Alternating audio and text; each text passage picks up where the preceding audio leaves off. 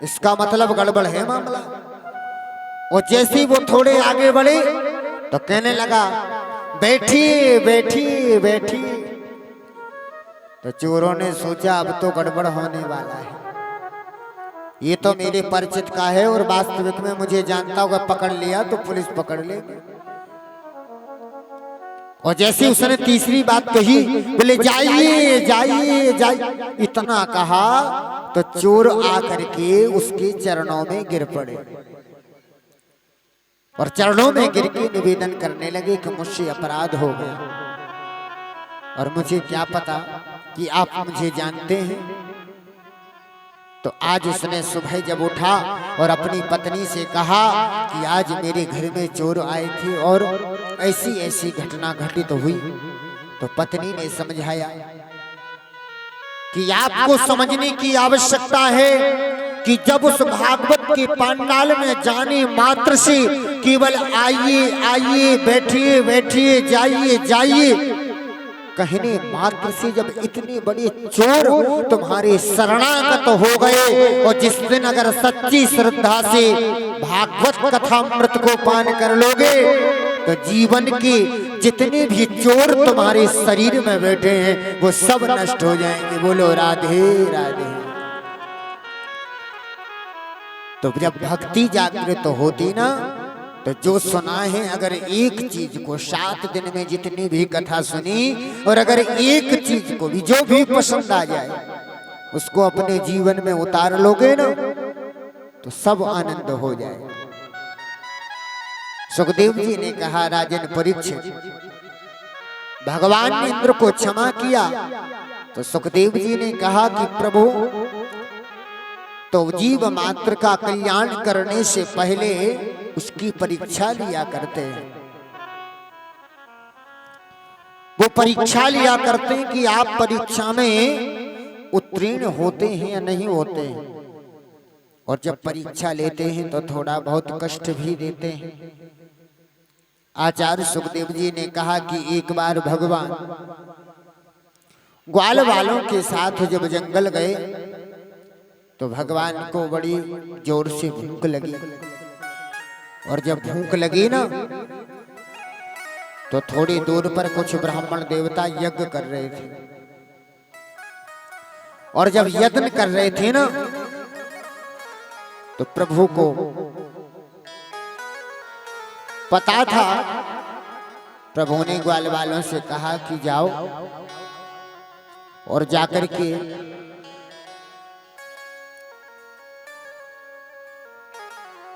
के देखो,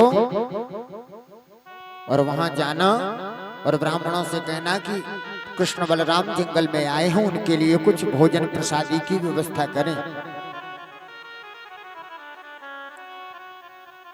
ग्वाल वाल जैसे ही वहां पहुंचे यज्ञ मंडप में तो ब्राह्मणों ने ना तो राम राम करी ना राधे राधे करी, ना ये पूछा कौन हो, कहां से आए हो, बैठो जल ग्रहण करो। ग्वाल वालों ने कहा कि ब्राह्मण देवता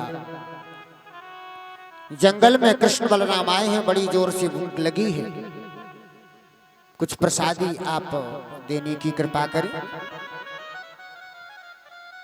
ब्राह्मणों ने हाथ हिला दिया, यज्ञ मंडप में थे, बोले तक नहीं, और जब हाथ हिलाया तो मधुमंगल ग्वाल वाल लौट करके वापस आए। भगवान ने कहा बताओ क्या बात है।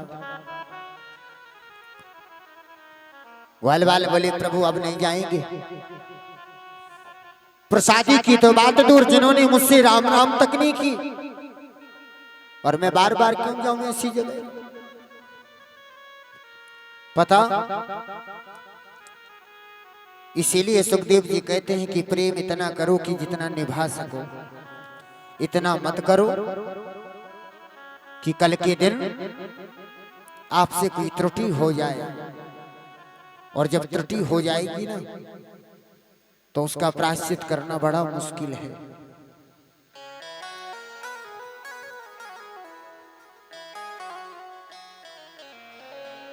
ग्वाल वालों ने कहा मैं नहीं जा सकता,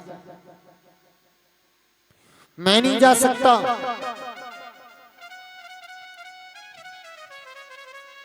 तो भगवान ने कहा कि अरे ग्वाल वालों, आप माताओं के पास जाओ,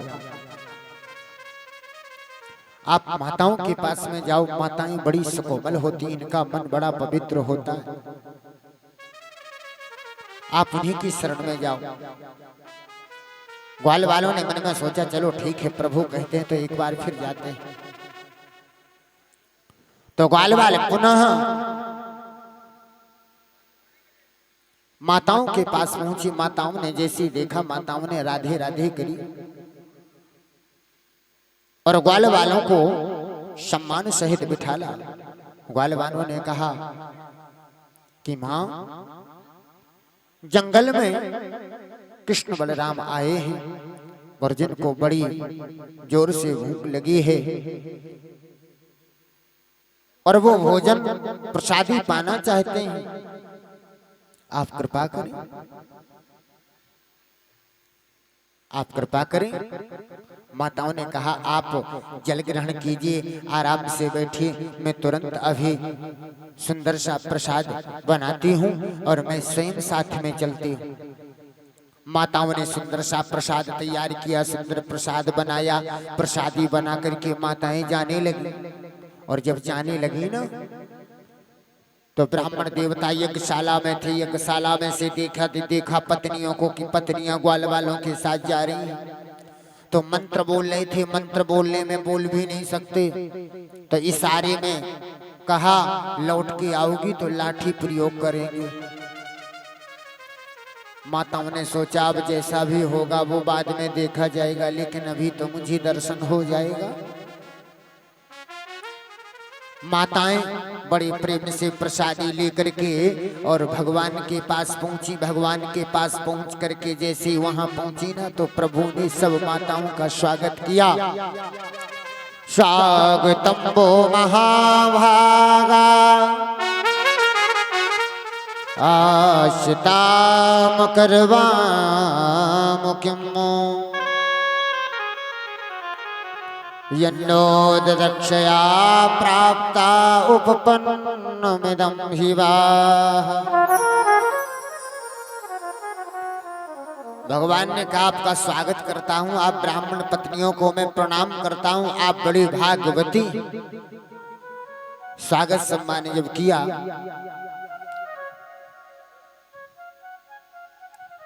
तो कन्हैया बोले माताओं, मुझे बड़ी जोर से भूख लगी है, आप कृपा करके मुझे प्रसाद पवाएं। तो आज वो यज्ञ पत्नियां, ब्राह्मण पत्नियां बोली प्रभु अगर आपकी अनुमति हो तो मैं अपने हाथों से खिला दूं। अगर आपकी अनुमति हो तो मैं अपने हाथों से खिला दूं। भगवान ने जब आश्वासन दिया तो यज्ञ पत्नियों ने अपने हाथों से भगवान को प्रसाद खिलाया और मेरे गोविंद ने बड़े प्रेम से प्रसाद को ग्रहण किया, बड़े प्रेम से पाया। आचार्य सुखदेव जी कहते हैं जहां भाव होता ना तो भगवान को आप जो भी खिलाओ ना भगवान वो पा लेते, वही पालेंगे। आज माताओं ने जब प्रसाद भगवान को पिला दिया, खिला दिया, भगवान ने कहा माताओं अब आप कृपा करके पधारें, अब आप कृपा करके पधारें।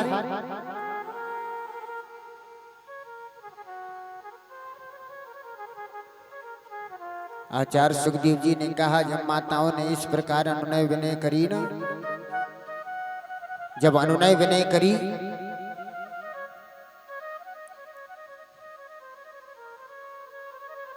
तो माताओं ने कहा प्रभु अब तुम्हारे पास आने के बाद, आपके पास आने के बाद मेरा मन नहीं होता कि मैं यहां से चली जाऊं। भगवान ने कहा आपके पति परमेश्वर हैं और अगर आप घर नहीं जाओगी तो क्या होगा, घर तो जाना ही पड़ेगा, घर तो आपको जाना ही पड़ेगा।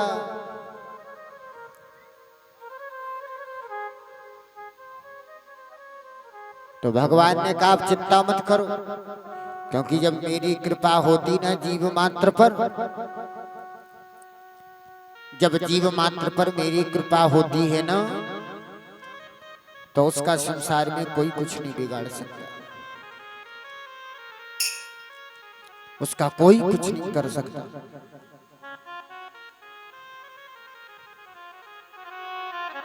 आचार्य गोस्वामी तुलसीदास जी महाराज कहते रामचरितमानस में,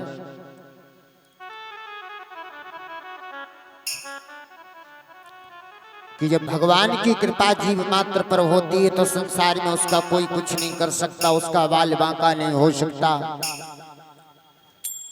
जा पर कृपा राम की होई, जा पर कृपा राम की होई, ता पर कृपा करे सब कोई, ता पर कृपा करे सब कोई, ता पर कृपा करे सब कोई, ता पर कृपा करे सब कोई।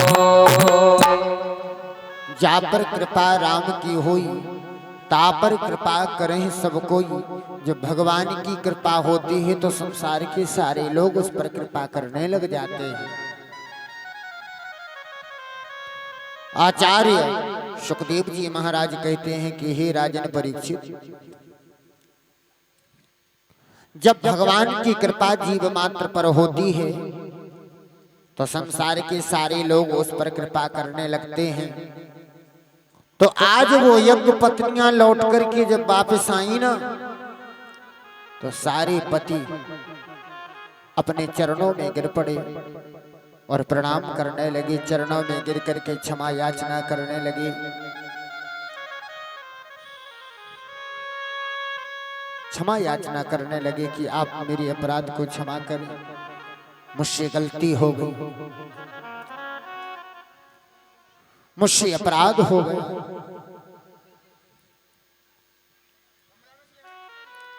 मुझसे अपराध हो गया प्रभु। आज यज्ञ पत्नियों ने अपने पतियों को उठा लिया और कहा कि चिंता ना करें, और आप तो मेरे पति परमेश्वर हैं। तो आज पतियों ने कहा कि आप लोगों की अंतरात्मा बड़ी उज्जवल है कि आज आपने जाकर के अपने हाथों से भगवान को भोजन कराया। मैं कितना बड़ा पापी कि मैंने मना कर दिया, मैं नहीं जा पाया, मैंने भगवान की दर्शन नहीं कर पाया। तो आज सारे पति कह रहे हैं दिग्जनम न स्त्रिविद विद्याम दिग्जनम बहुज्ञता धिक्कुलम धिक्रियादाक्षम विमुखाय त्वदोक्षजे। हमारे जन्म को धिक्कार है, मेरे जीवन को धिक्कार है कि मैंने भगवान का दर्शन नहीं कर पाया, भगवान को नहीं देख पाया। आप कितनी भाग्यशाली हैं कि आपने जाकर के भगवान को देखा, भगवान की दर्शन करे। आचार्य सुखदेव जी कहते हैं हे राजन परीक्षित, आज सारे देवता इस दिव्य झांकी को देख रहे हैं। तो भगवान सबसे पहले जाकर के और मनुष्य के अंतर्मन को जगाने के लिए उसकी परीक्षा लिया करते हैं, उसके मन की परीक्षा लिया करते हैं। बोले वृंदावन बिहारी लाल की जय जय जय जय श्री राधे श्याम। मैया। यह दिन से आज षष्ठम दिवस हो गए और आप सबन ने पहले तो बड़े हाथ उठाए, अब तो कंजूसी करवे लगी भैया। राधे राधे। हाँ, भगवान ने हम सबन को यहाँ लंबे लंबे हाथ दे, तो इन हाथन को प्रयोग करो। आचार्य सुखदेव जी ने कहा हे राजन परीक्षित, भगवान की जो कृपा है, करुणा है, वो बड़ी रसमयी है। और उस रस में जो भीगने वाले हैं ना, वो है गोपियां। और वो गोपियां भगवान के रस में, प्रेम में इतनी भीगी हैं कि जिन्होंने प्रभु की बिन एक पल भी नहीं गुजार पाया, तो आचार्य सुखदेव जी ने कहा कि रास पंचाध्यायी श्रीमद् भागवत के पंच प्राण हैं। तो यहीं से रासलीला प्रसंग शुरू करते हैं। रासलीला के प्रसंग को शुरू करते हैं तो सुखदेव जी महाराज उस रास का वर्णन कर रहे हैं, जो रास बड़ा अद्भुत बड़ा पावन है, जिस रास को स्वयं आनंद कंद भगवान ने किया है। मेरे नंदलाल ने किया है, मेरे गोविंद ने किया है। बड़ा ही सुंदर प्रसंग है। प्रथम संवरि भागवत भक्त भगवत वाणी, द्वितीय आराध्य भक्ति व्यास नव भांति बखानी, तृतीय करि गुरु समुझ दक्ष सर्वज्ञ रसीलो, चौथे होय विरक्त बसे बनराज वसीलो,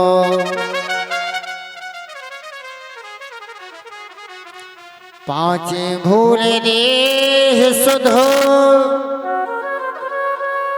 तब छठे भावना रास की,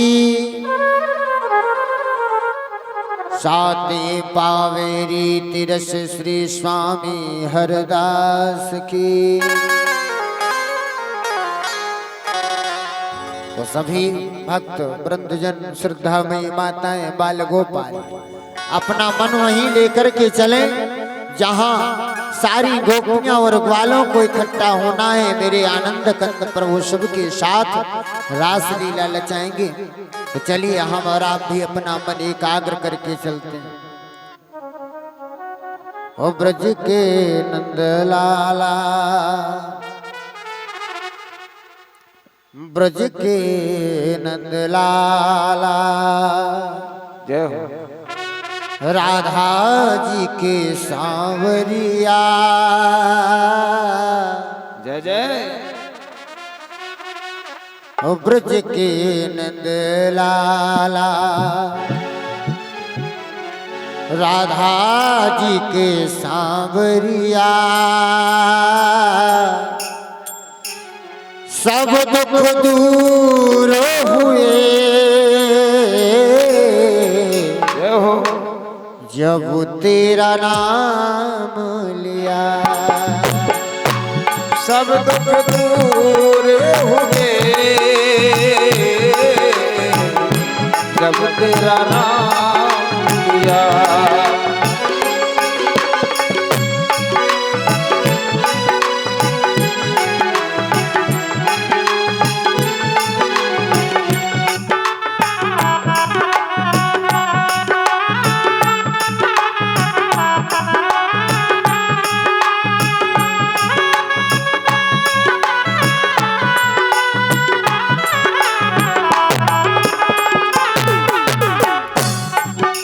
सभी लोग तालियों का सहयोग करते हुए मीरा पुकारे तुम्हें, गिरिधर गोपाला, मीरा पुकारे तुम्हें, मेरे गिरधर गोपाला। ढल गया अमृत में किसका भरा प्याला, ढल गया अमृत में मेरा किसका भरा प्याला। कौन मिटाए से। सभी लोग एक बार हाथ ऊपर उठाते हुए ताली बजाते हुए, कौन मिटाए उसे जिसे तूने राख लिया, सब दुख दूर हुए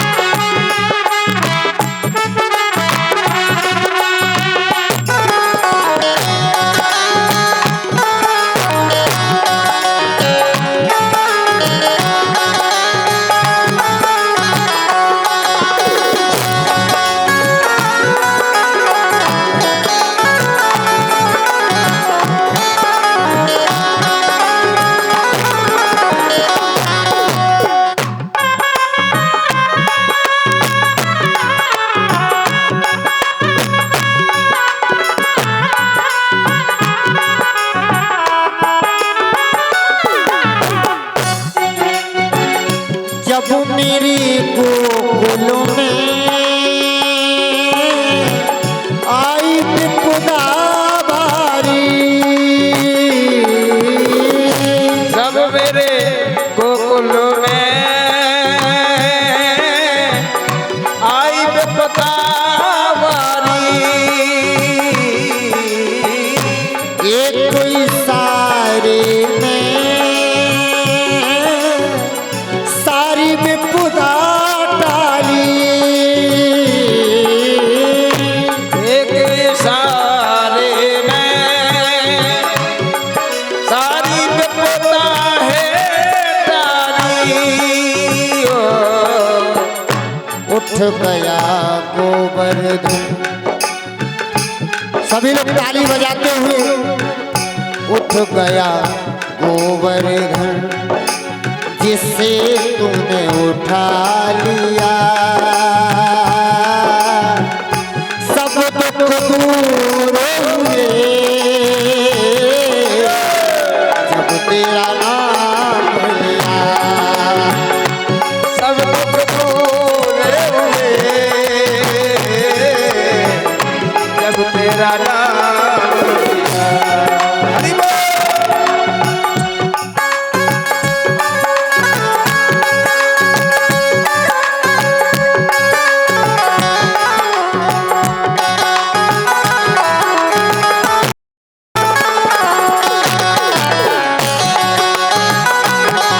अरे राधा गोविंद भगवान की।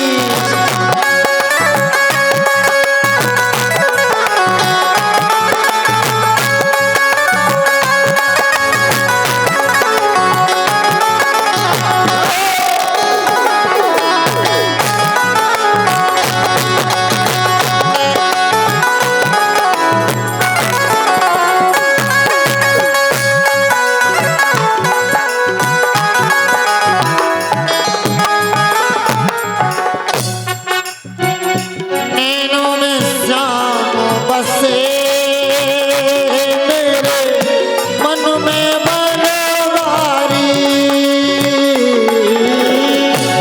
नैनों में श्याम बसे,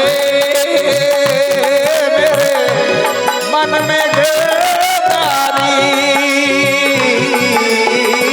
सुध बुसराय गई मुरली की धुन प्यारी, ओ खुद बिसराए गई मुरली की धुन प्यारी। मेरे मन मंदिरों, मेरे मन मंदिरों में रास रचाओ रसिया, सब दुख दूर हुए जब तेरा नाम लिया।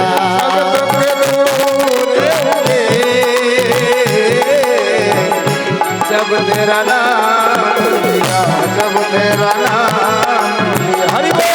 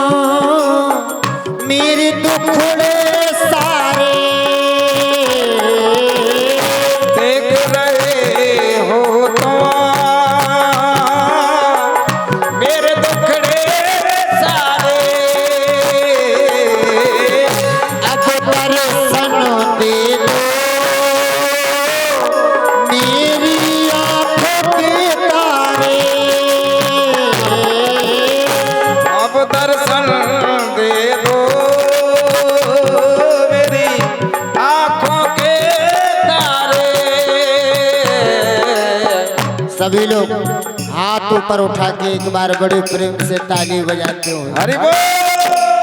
अधर पे मुरली है, अधर पे मुरली है, कांधे पे कांवरिया, सब दुख दूर हुए, तेरा नाम लिया। सब दुख दूर हुए, जब तेरा नाम लिया, जब तेरा नाम लिया। हो जोगी नंदलाला राधा जी के सांवरिया, सब दुख दूर हुए, जब तेरा नाम लिया। तेरा नाम लिया, जब तेरा नाम लिया। सब दुख दूर हुए, जब तेरा नाम लिया। सब दुख दूर हुए, जब तेरा नाम लिया, जब तेरा नाम लिया। जय जय श्री राधे श्याम। बोले वृंदावन बिहारी लाल की जय जय। बोलना पड़ेगा राधे राधे।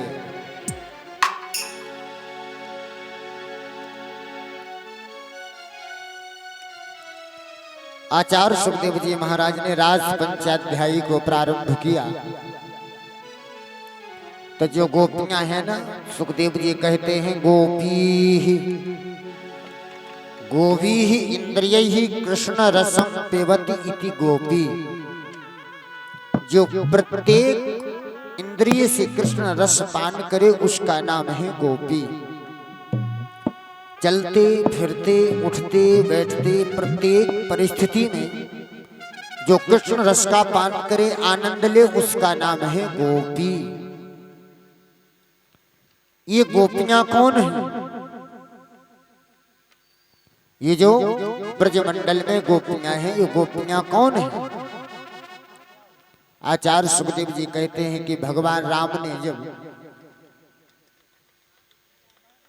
त्रेता में अवतार लिया और प्रभु 14 वर्ष के लिए जब बन गए, तो रघुवर जब दंडक वन से निकलने लगे तो दंडक वन में वास करने वाले जितने भी संत थे ना, और उन्होंने भगवान का जो सौंदर्य देखा तो मोहित हो गए। तो उन्होंने मन में विचारा कि प्रभु अगर हम आपके साथ में गोपी बन के होते तो कितना अच्छा लगता। तो भगवान ने मन ही मन कहा तथास्तु ऐसे ही होगा। तो वही सारे संत आज ब्रजमंडल में गोपी ग्वाल बन करके आए। आज वही सारे संत गोपी ग्वाल बनकर के इस ब्रजमंडल में पधारे। तो आज शरद पूर्णिमा की रात्रि है। शरद पूर्णिमा की रात्रि है। मेरे कृष्ण ने वेणु का निनाद किया, वेणु बजा रहे हैं।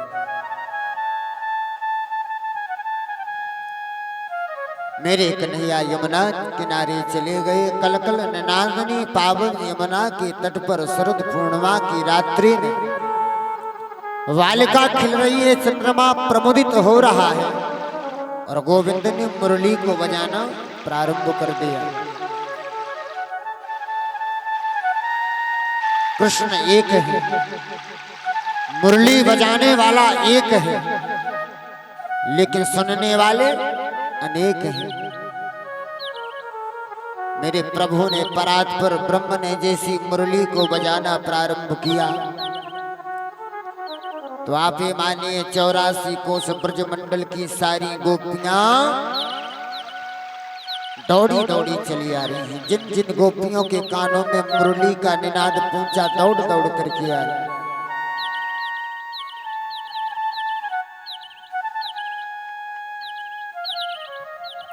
आज गोपियां दौड़ी दौड़ी आ रही हैं। निसम गीतम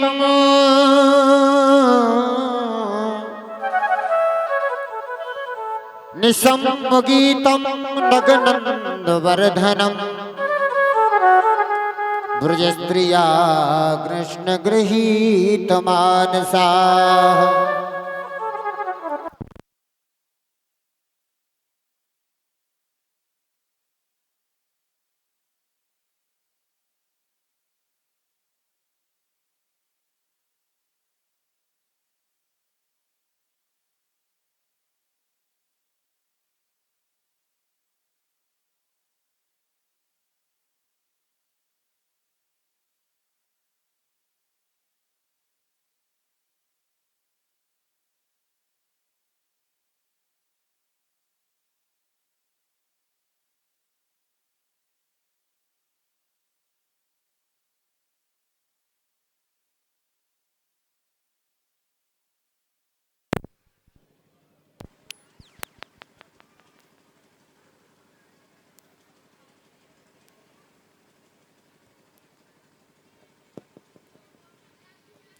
बोल वृंदावन बिहारी लाल की जय।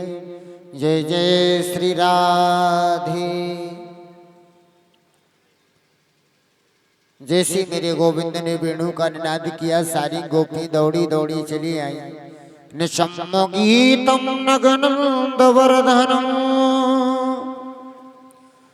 व्रजस्त्रिया कृष्ण गृहीत मानसा। आजगमुरन्योर्मलिषेग्दिदोत्तमा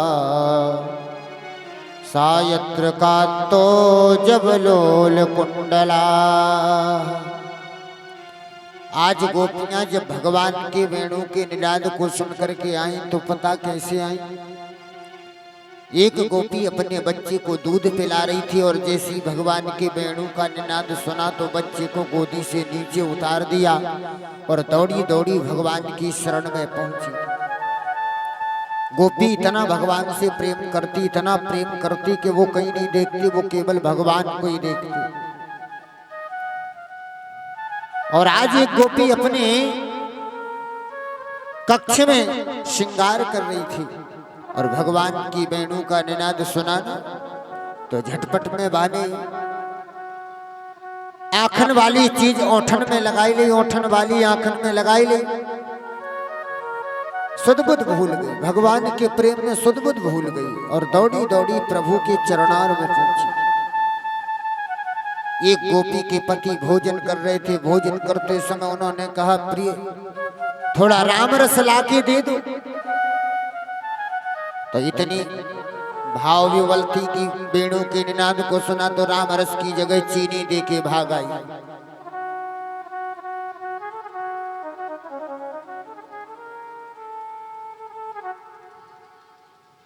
चीनी को देकर के दौड़ी दौड़ी भागी चली आई।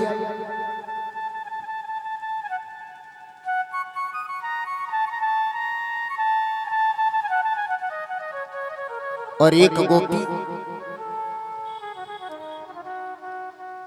जब जाने को तैयार हुई तो उसके पति ने उसको कमरे में बंद कर दिया। उसके पति ने कमरे में उसको बंद कर दिया। तो वो भगवान से इतना प्रेम करती थी कि सारी गोपियां बाद में पहुंची, उसने उसी कमरे के कक्ष में अपने प्राणों को त्याग दिया और अंतरात्मा लेकर के भगवान के चरणार बिंदों में पहुंच गई। कृष्णं विदो परम कांतम नातो ब्रह्मोतया मुने गुण प्रवाहो परमास्तासां गुणधियां कथो।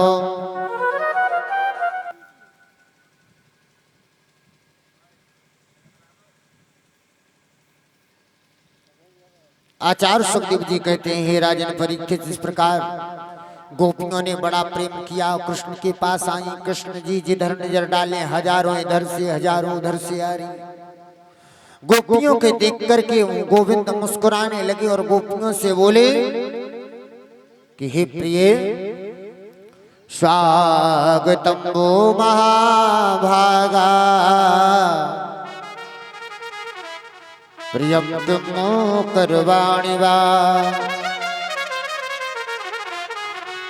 ब्रजस्यानमहं कश्चित् ब्रूतागमन कारणम्।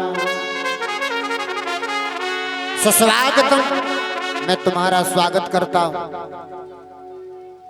आज गोपियों का गोविंद ने स्वागत किया बड़े प्रेम से, और भगवान ने कहा रजन्य सा घोर रूपा घोर शतवान सेविता प्रतियात ब्रजम नेस्तेहम स्त्रीभिः समध्यवाः। ये रात्रि जो है इतनी घोर रूपा है, देवी इस घोर रूप रात्रि में अपने पतियों को छोड़कर निर्जन वन में अकेली कैसे चली आई? क्या ये अच्छी बात है? और नारी के लिए तो पति की सेवा करना परम धर्म है। गोपियों ने कोई जवाब नहीं दिया, शांत बैठी रही, नीची नजर कर ली। कन्हैया ने कहा तुमने जवाब नहीं दिया, अब मैं समझ आया, आप इसलिए आई हो कि जंगल देखने चली आई। आज भगवान गोपियों की परीक्षा ले रहे हैं। बड़ा सुंदर यमुना का किनारा है, सुंदर वन है, देख लिया ना? देखिए चंद्रमा कैसा प्रमोदित हो रहा है। भगवान गोपियों की बड़ी परीक्षा ले रहे हैं, क्योंकि प्रभु परमात्मा का नियम है, परमात्मा पहले तो जीव को पास बुलाते हैं, और जब जीव पास में आता ना तो उसको ठोक पीट करके वहां की परीक्षा लेते हैं कि तू मेरी शरण में आने लायक है कि नहीं। तो उसकी परीक्षा ली। तो गोपियों से जब भगवान ने इतना कुछ कह डाला, एक गोपी का जो बच्चा था उसके आंगन में हवन कुंड बना हुआ था, और उसने देखा वेणु का निनाद सुना, दौड़ी दौड़ी भगवान के पास चली गई और उसका बच्चा अग्नि कुंड में चला गया। लेकिन भगवान तो सर्वसामर्थ्यवान है, उस बच्ची का कुछ नहीं बिगड़ा, किलोल करता हुआ ऐसे ही वहां खड़ा रहा। तो जब भगवान ने परीक्षा लेनी चाही कहा, तो आज गोपियों ने उत्तर दिया, कहा कि हे प्रभु ऐसे बर को क्यों बरे, ऐसे बर को क्यों बरे, जो जन्मे और मर जाए, बरबरी गोपाल जू जासे चुड़ लो अमर हो जाए। हमारे आत्मा के पति के सिवाय, आपके सिवाय तो कोई हो ही नहीं सकता, तुम्हें सब कुछ हो प्रभु। गोपियों ने भगवान से जब कहा तो गोपी बोली मीरा ने तो सब कुछ छोड़ दिया, परिवार छोड़ दिया, कितनी बुराइयों को झेलना पड़ा, लेकिन आप ही को सब कुछ मान लिया। मेरे तो गिरधर गोपाल दूसरा न कोई, मेरे तो गिरधर गोपाल दूसरा न कोई, मेरे तो गिरधर गोपाल दूसरो न कोई, मेरे तो गिरधर गोपाल। जाके सिर मोर मुकुट, जाके सिर मोर मुकुट, मेरो पति सोई, मेरे तो गिरधर गोपाल जय दूसरा न कोई, मेरे तो गिरधर गोपाल दूसरा न कोई, मेरे तो गिरधर गोपाल।